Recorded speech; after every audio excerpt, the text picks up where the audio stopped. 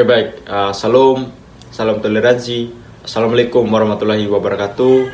Perkenalkan, nama saya Liristo Moneka dengan NIM 20240110310003. Jadi di kesempatan kali ini saya akan membahas materi terkait geopolitik Indonesia. Nah, sebelum masuk pada pembahasan, kita harus kaji terlebih dahulu apa sih pengertian daripada geopolitik itu sendiri. Nah, sebelum kita tahu itu, kita harus tahu apa itu geo dan apa itu politik. Jadi teman-teman, geo itu adalah, dia itu lebih kayak dalam perspektif bahasa Yunani, geo itu adalah bumi ataupun lokasi. Nah, sedangkan politik ini adalah sesuatu bentuk tindakan atau kegiatan maupun kebijakan yang berkaitan dengan kekuasaan pemerintah. Jadi geopolitik ini adalah kajian tentang pengaruh letak geografis terhadap kekuasaan politik suatu negara itu sendiri.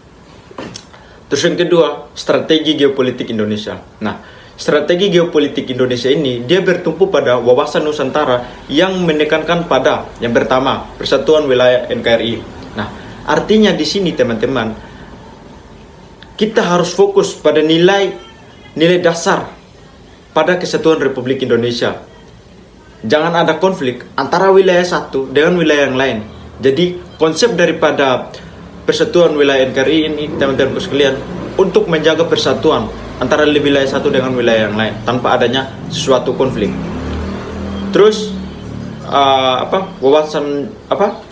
strategi yang kedua itu adalah pembangunan berimbang antar wilayah. Nah, ini teman-teman seringkali terjadi di masyarakat sekitar, yang dimana baik itu yang di daerah maupun di luar daerah. Artinya pembangunan berimbang antar wilayah teman-teman. Contohnya seperti begini. Misal wilayah A, dia membangun sesuatu infrastruktur lah. Terus wilayah B tidak ada pembangunan sama sekali. Artinya itu tidak merata teman-teman. Jadi pembangunan berimbang antar wilayah itu artinya semua wilayah itu harus sama rata tanpa ada pilih kasih. Semisalnya wilayah A membangun ini infrastruktur, berarti wilayah B harus membangun juga infrastruktur supaya ada berimbang. Jangan ada nanti konflik salah paham bahwa dia ini pilih kasih, dia ini pilih kasih. Itu yang dimaksud dengan pembangunan berimbang antar wilayah. Terus yang ketiga teman-teman, diplomasi aktif dan bebas aktif dalam hubungan luar negeri. Nah, ini teman-teman, bebas aktif artinya dia bebas berpihak dengan negara manapun. Tetapi bebas aktif itu artinya dia bisa berpihak, tetapi dia tidak bisa untuk ikut serta untuk ikut serta untuk memprovokasi, tetapi dia ada di tengah-tengah untuk menjalankan suatu perdamaian saja begitu. Kalau bebas aktif itu. Terus yang berikutnya itu yaitu penguatan pertahanan dan keamanan nasional. Nah, penguatan pertahanan dan keamanan nasional ini teman-teman, dia itu paling utama yang paling terutama itu dia angkatan bersenjata itu harus benar-benar dilatih, semacam TNI, polisi, yang mereka itu harus tetap standby begitu. Artinya mereka itu dipersiapkan untuk menjaga keamanan dan kedaulatan ataupun menjaga antisipasi atau probabilitas yang terjadi ketika ada ancaman yang bersifat global teman-teman.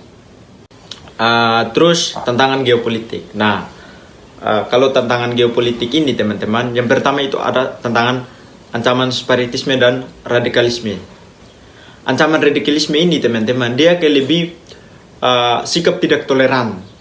Bahwa ada yang mengklaim bahwa bukan, ini sifat tidak toleran begitu, dan sifat kekerasan. Contoh sepertinya begini, ada yang memaksakan kekuasaan politik orang lain itu dengan cara kekerasan. Terus ancaman separatisme. Ancaman separatisme ini dia lebih satu wilayah yang ingin memisahkan diri dari negara. Contohnya Papua Nugini. Papua Nugini ingin membuat pemerintahan sendiri dan pindah dari negara Indonesia. Dan itu memang betul karena banyak yang mengklaim bahwa dia ini sudah tidak termasuk daripada negara Indonesia karena dia sudah membuat pemerintahan sendiri. Jadi itu bagian dari ancaman separatisme. Terus persaingan pengaruh negara besar di kawasan Indo-Pasifik. Nah, ini teman-teman seringkali terjadi di negara-negara besar seperti Amerika Serikat, Cina dan lain sebagainya. Persaingan mereka ini yang pertama itu di bidang militer, yang dimana Cina itu fokus untuk membangun suatu bangunan di Cina Selatan, sedangkan Amerika Serikat mereka fokus melatih pertahanan militer mereka, begitu. Jadi persaingan antara dua negara itu pasti selalu ada, teman-teman. Terus ketimpangan pembangunan wilayah. Ketimpangan pembangunan wilayah ini artinya, misal satu wilayah dia membangun suatu infrastruktur lah, tetapi pembangunan itu tidak sepenuhnya selesai karena ada suatu ketimpangan yang terjadi dalam membangun suatu infrastruktur itu sendiri. Nah, terus poin yang berikut itu upaya untuk menghadapi tantangan tersebut. Nah, upayanya teman-teman untuk menghadapi tantangan-tantangan yang sering terjadi dalam geopolitik itu, yang pertama dia itu harus memperkuat kehadiran militer. Artinya, misal wilayah negara satu ini, misal kita Indonesia, untuk mengantisipasi terjadinya konflik